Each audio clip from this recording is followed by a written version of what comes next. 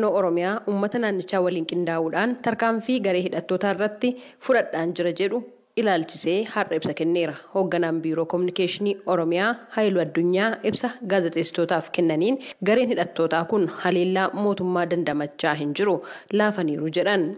ከዚህ ቀደም ተቆጣጥሮት የነበረውን ቦታዎች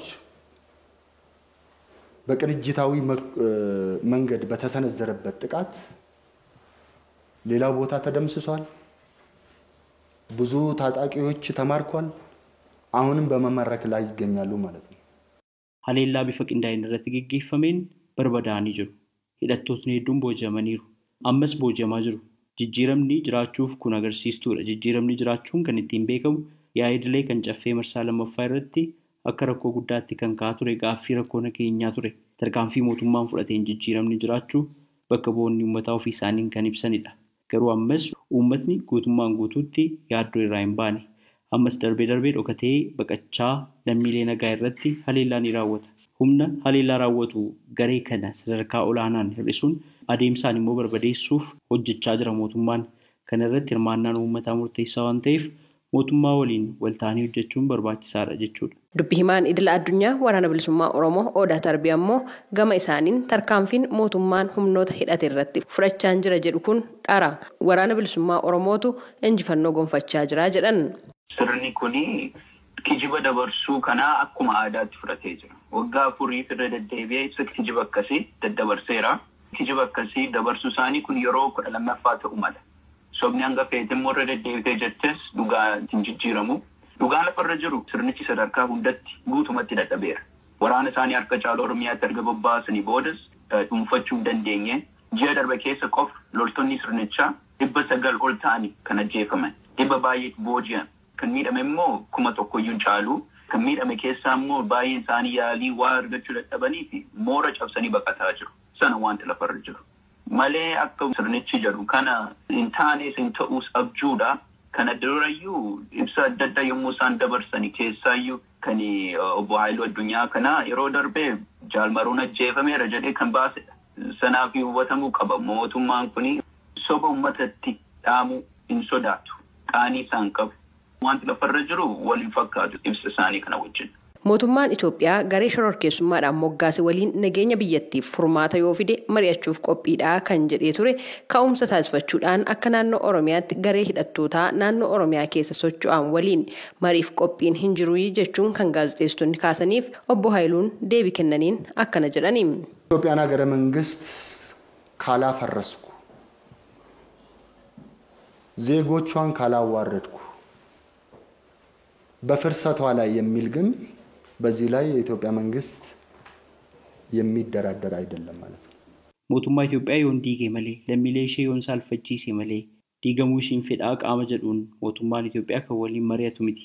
Haala kanaan kan itti fufee jiru. Gareen shororkeessaa kun ammoo kan ajandaa hin qabne ergamaa diinotaa Itoophiyaa waan ta'eef dhaaba yaada mariif isa dandeessisu qabu waan hin taaneef mootummaaf uummanni wal ta'uun diina kana barbadeessuuf hojjetama malee shororkeessaa ajandaa hin qabne waliin mariin taasifamuu hin jiru.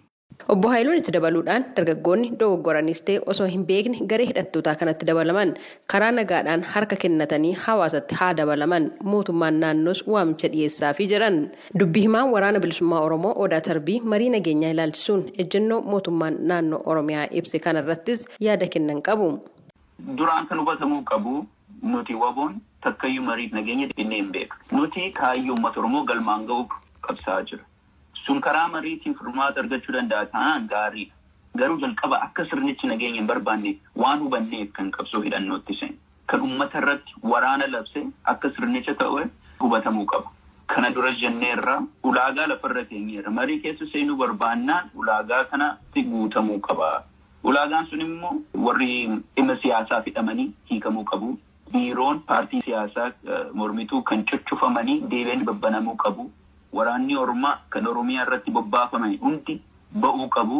Dabalee immoo qorannoon walabaa human rights violation irratti gaggeeffamuu akka qabu. Lafarra keenye sana booda teenyee mari'achuu dandeenya jennee hanga ammaatti uummatis argeera addunyaanis argeera.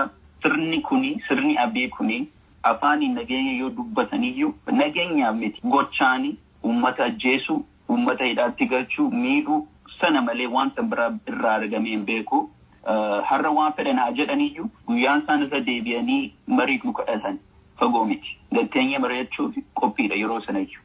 Dhiyeenya kana sababa rakkoo nageenyaatiin godina Wallaggaa lixaa aanaa toleerraa kan buqqa'anii turan jiraattonni gara qe'ee isaaniitti deebi'aniiru kan jiran obbo Haayiluun bifuma wal fakkaatuun rakkoo mudateen godina Qeellam Wallaggaa aanaa Hawwaa Galaanii fi naannawa sanaa kanneen buqqa'an deebisanii dhaabuudhaaf hojjetamaa jira jedhan. Gama biraatiin tibbana miseensota paartii badhaadhinaa fi ministeera deetaa nageenyaa obbo Taayii Danda'aa fi miseensa mana maree bakka bu'oota uummataa kan ta'an obbo Hangaasaa Ibraahim karaa toora marsariitii hawaasummaa isaanii naannoo Oromiyaa keessatti ajjeechaa fi malaammaltummaa raawwatamu ilaalchisuun itti gaafatamtoonni hooggansa naannoo Oromiyaatti jechuu isaanii hordofee gaaffii gaazexeessitoota irraa ka'eef obbo Haayiluun deebii kennuurraa of qusataniiru. Kanaaf deebiin isaaniin otoo hin taane gama paartii isaanii kan ilaallatu ta'uu dubbatan. Gabaasa sagalee Ameerikaatiif Tsahayi Daamxoo Finfinneerra.